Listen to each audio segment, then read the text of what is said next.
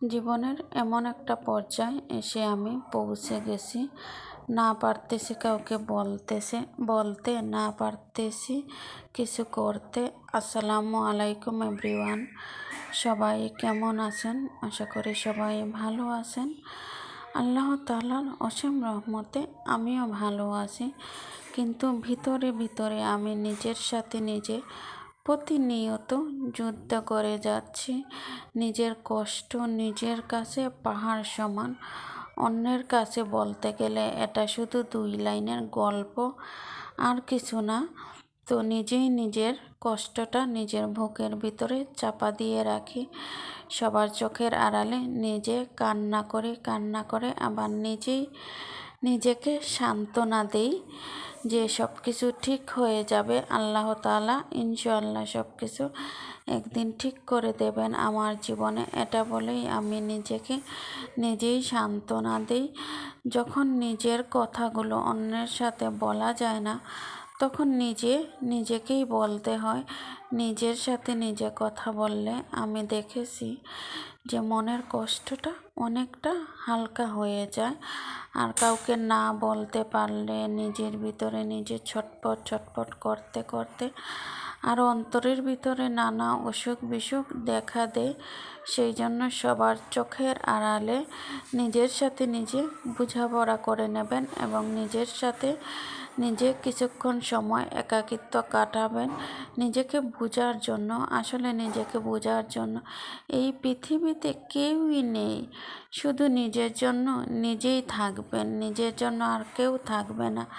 আপনি সারাদিন ততক্ষণই আপনি মানুষের কাছে ভালো থাকতে পারবেন, যতক্ষণ না আপনি পরিশ্রম করতে পারবেন ততক্ষণই মানুষের কাছে আপনি ভালো থাকতে পারবেন। আর যখন আপনি পরিশ্রম করতে পারবেন না, অসুস্থ হয়ে যাবেন, তখন আর কেউ আপনাকে মূল্য দেবে না এবং মূল্যায়ন করবে না।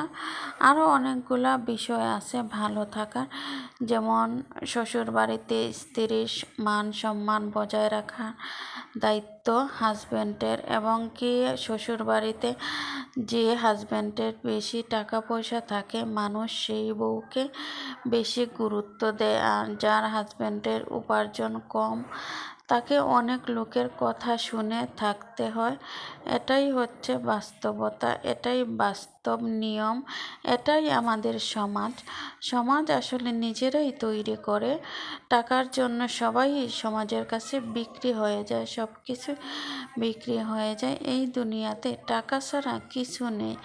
যার যত বেশি টাকা তার ততই মূল্য বেশি, যার টাকা কম তার জীবনে কোনো মূল্য নেই, কোনো কিছুই নেই তার জীবনে। সে মানুষ যে এটাও লোকে হিসাব করে না বা গণনায় ধরে না যে সে মানুষ। এই দুনিয়াটাই টাকার গোলাম, এটা একদম বাস্তব কথা।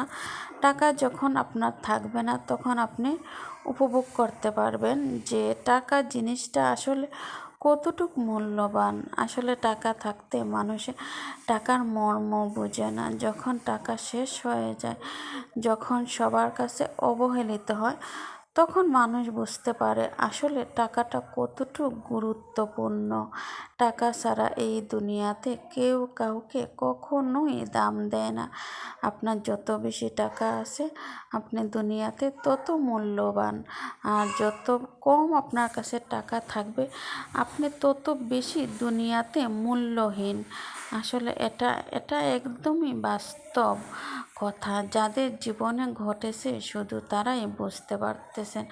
আপনার টাকা আছে, আপনি সবার কাছে প্রিয়, মা বাবা ভাই বোন শ্বশুরবাড়ি আত্মীয় স্বজন সবার কাছেই আপনি প্রিয়।